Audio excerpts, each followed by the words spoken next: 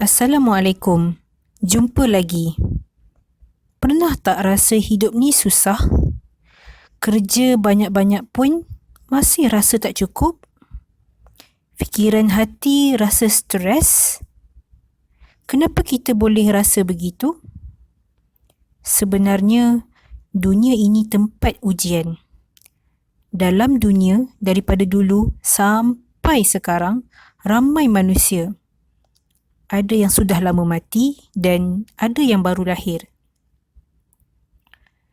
Dan dalam kalangan manusia ini, ada dua golongan. Ada yang percaya kepada Allah dan ada yang tak percaya kepada Allah.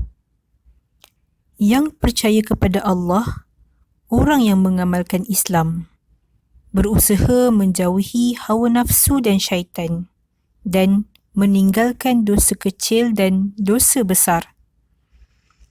Manakala orang yang tidak percaya Allah pula, orang yang rugi sebab dia terlampau sibuk dengan kehidupan sampai lupa dengan Allah. Dia lupa dan tidak yakin siapa yang memberikan dia rezeki yang sebenar. Bahkan dia salahkan Allah yang memberi rezeki sampai dia meninggalkan perkara-perkara yang wajib dalam Islam dan sanggup melakukan dosa. Manusia ini sebenarnya Allah jadikan untuk beribadah kepada Allah dengan menunaikan solat dan tidak melakukan dosa-dosa besar. Solat ini adalah latihan untuk kita lawan hawa nafsu dan syaitan. Solat juga mampu menyelamatkan hati dan roh daripada kebiasaan, dosa-dosa dan akhlak yang hina. Jadi, bagi orang yang beriman, mereka akan mengikut latihan ini, iaitu mendirikan solat dan tidak melakukan dosa-dosa besar. Kerana mereka yakin dan percaya Allah tidak akan mensia-siakan mereka. Kerana tugas Allah adalah memberikan kehidupan dan memberikan rezeki. Dan tugas manusia hanya menyembah dan menyeru kepada Allah, iaitu dengan usaha, bertawakal dan yakin kepada Allah. Cuba kita perhatikan binatang-binatang yang kecil seperti ulat-ulat di dalam buah. Kita nampak haiwan ini lemah. Manusia lebih kuat. Tetapi, siapa yang bagi ulat ini makan? Allah kan yang bagi mereka makan.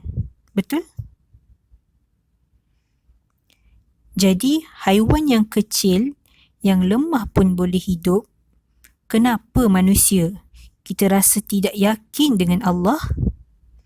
Kenapa kita terlalu sibuk sehinggakan melupakan tanggungjawab kita sebagai hamba untuk mengerjakan solat dan selalu melakukan dosa? Kita selalu merasakan diri kita ini pandai, kuat. Tetapi kenapa kita tidak mengerjakan solat dan bersyukur kepada Allah? Berbanding dengan haiwan yang kecil dan lemah yang sentiasa mengingati Allah. Jadi, percayalah, kalau kita mahu rezeki yang baik, hati yang lapang, maka tunaikan solat dan tinggalkan dosa-dosa yang besar. InsyaAllah, Allah akan beri rezeki yang cukup dan ketenangan hati. Tetapi, kalau kita tidak bersolat dan hanya sibuk bekerja, hidup kita akan rasa tidak tenang. Kita fikir nak duit,